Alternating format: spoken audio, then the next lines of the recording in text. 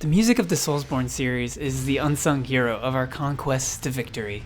While traversing decaying empires, this is one of the things reminding us of the grandeur that has been or could be. It heightens moments from quality gameplay set pieces to genre-defining masterpieces, all while managing to consistently avoid the deserved praise. I have a video discussing my top 20 tracks from the series as a whole, and I'll link that where appropriate, but for today, we're diving straight into Elden Ring. I've unfortunately heard and seen that some people are disappointed with the quality of the Elden Ring soundtrack, and honestly, I could not disagree more. It could perhaps be the best base game soundtrack that FromSoft has released, with Dark Souls 3 and Bloodborne being the only in contention for top spot. It is often that the DLCs of the games house the most iconic tracks of the series, yet Elden Ring has plenty to praise still. In any case, I'm going to leave the God-Devouring Serpent as an honorable mention. The track itself is pretty good, and I love the way the strings slither up and down, resembling the serpent they are portraying. But the final 30 to 40 seconds go insano mode. With that out of the way, let's get to the top 10. Number 10. Renala, Queen of the Full Moon.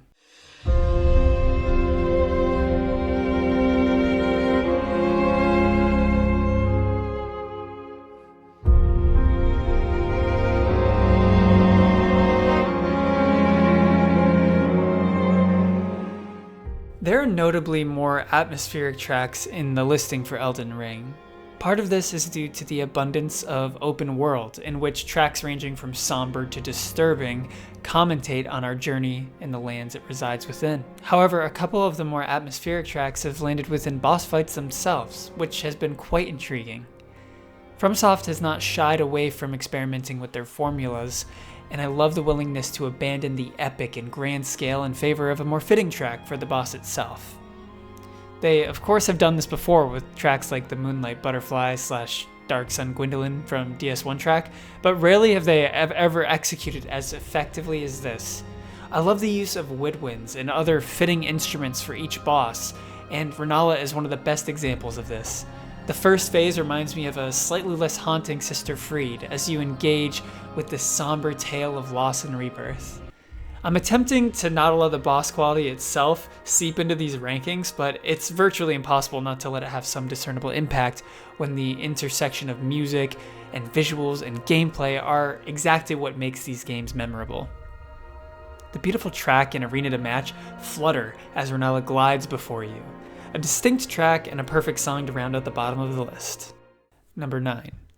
Melania, Blade of Mikola.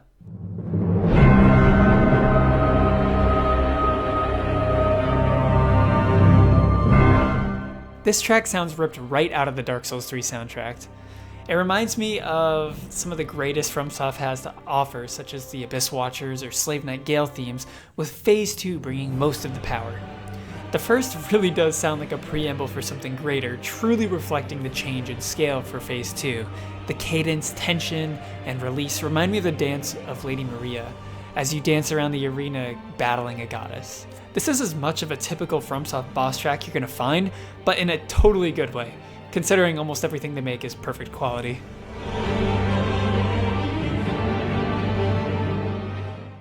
Number 8. Star Scourge Radahn.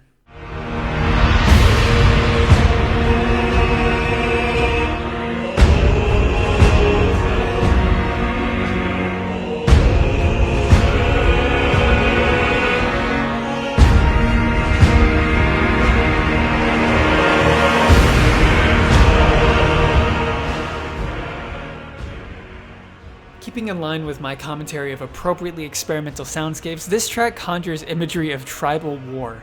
There's this strange bouncy cadence to the drums for much of the track, perhaps as an indication of the animalistic, powerful nature of its muse.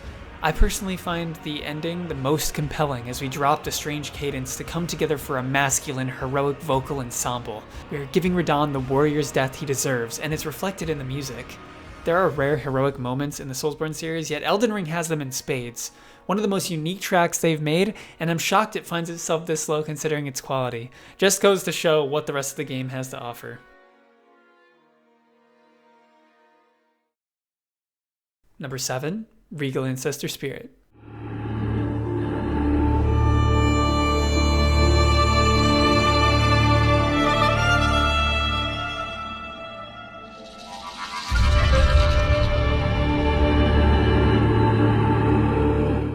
Nearly every praise of Renala's track is present in the Regalian Sister Spirit track. It's similarly beautiful and captivating, but does so in a method so far removed from precedent.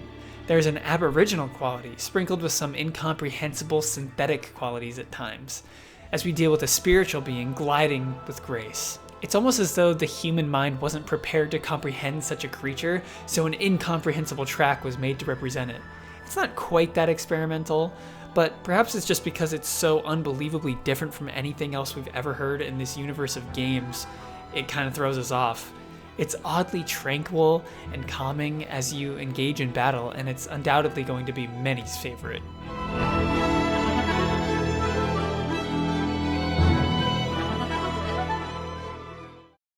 Number 6, Lich Dragon Fortisax.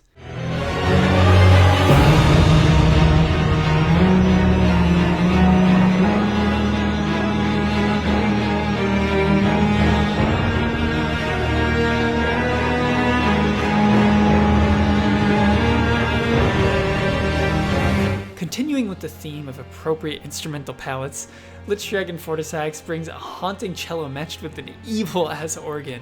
There is again a piece of beauty in this haunting track of evil, as melodies and harmonies shout triumphantly from the rooftops. One of the best dragon tracks in the series, only challenged by Midir in my book.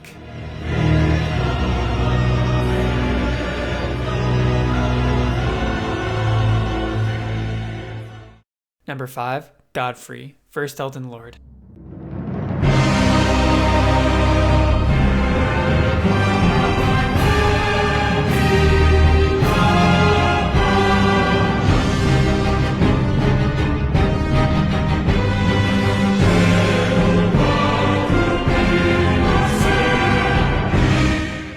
What a song! Conjuring imagery of Ornstein and Smough, this triumphant, bombastic, heroic track brings bliss and energy to the ears of every tarnished. It ebbs and flows with power and restraint before unleashing completely in Phase 2.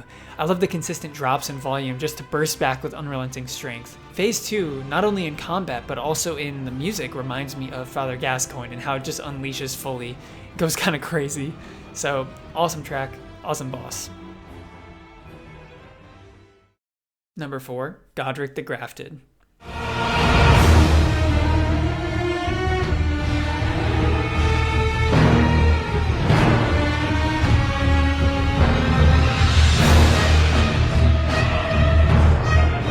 When I first heard this track during my second major boss fight of the game, I was quite convinced this was going to be my favorite.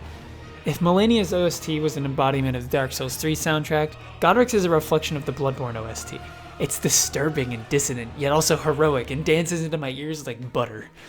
It sounds like an abomination embodied. It sounds like chaos and anger, yet it's so beautiful somehow.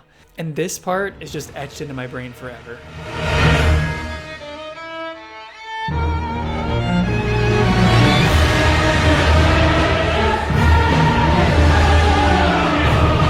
This was only about first phases, this maybe could be my favorite, as the first phase is quite literally flawless. For people arguing Elden Ring's soundtrack is less iconic and memorable, I dare you to listen to this and repeat that statement.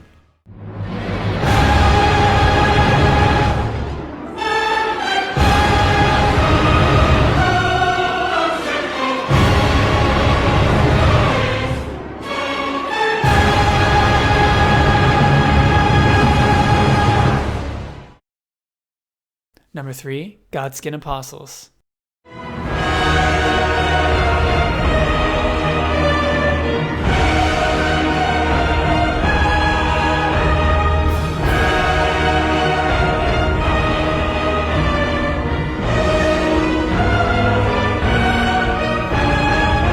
As I said earlier, trying to not let the boss quality affect the ranking can be challenging. Thankfully, my first exposure to this gorgeous theme was with the Godskin Apostle alone on that creepy windmill hill. I can't say I expected something this jaw-dropping out in the middle of nowhere, but I couldn't have been more grateful. A personal highlight of the track for me is when all of the music cuts out and you just basically have the choir taking the lead.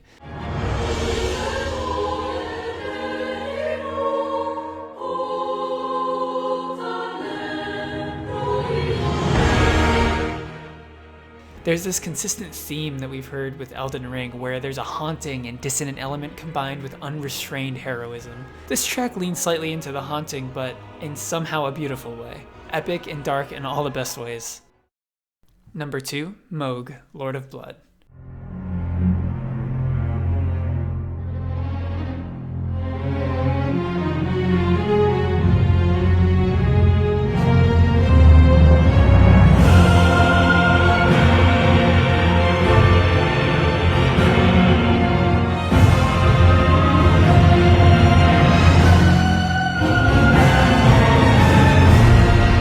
This song is so evil! The strings seem scared to show themselves at start, maybe hinting at something brewing under the surface. The use of harpsichord made my ears smile, along with a deep and menacing choir. This drop here is perhaps one of my favorites of all time.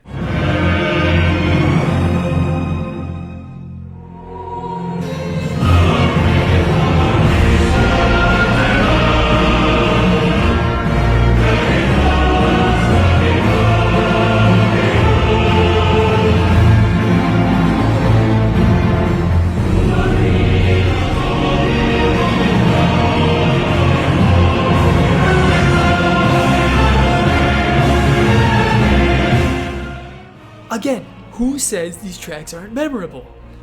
And I'd be lying if I said the quality of the boss didn't impact the ranking here as well, considering Moog is one of my favorite fights. The combination of such a unique boss arena, boss type, and soundtrack, it's really hard not to just fall in love with this one.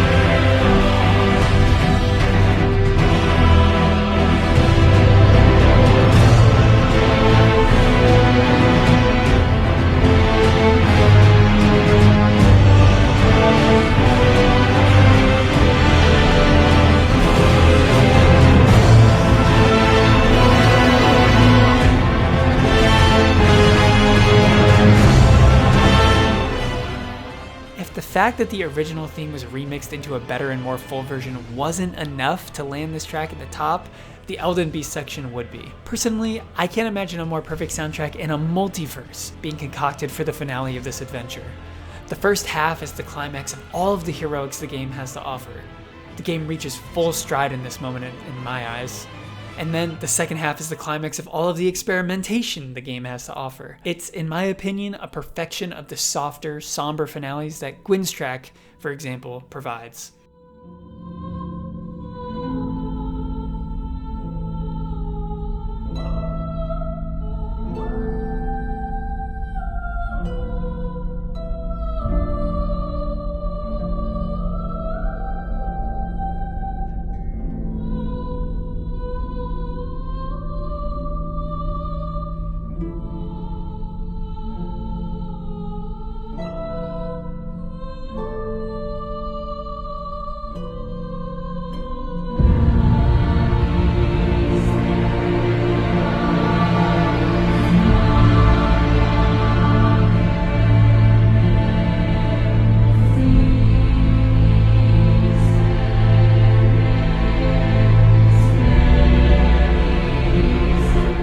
It may be simpler in harmony than some of the other tracks, but the complexity isn't the ranking here. It's the beauty, the atmosphere, and I don't think any other track connected with me as strongly in that way. Anyways, that's just my opinion. Thank you guys for watching. Why don't you leave your favorite tracks down below, and check out my video on the top 20 Soulsborne tracks if you're interested in that. I also did a video ranking all the bosses from worst to best, so check that one out if you're interested too. And thank you. Peace.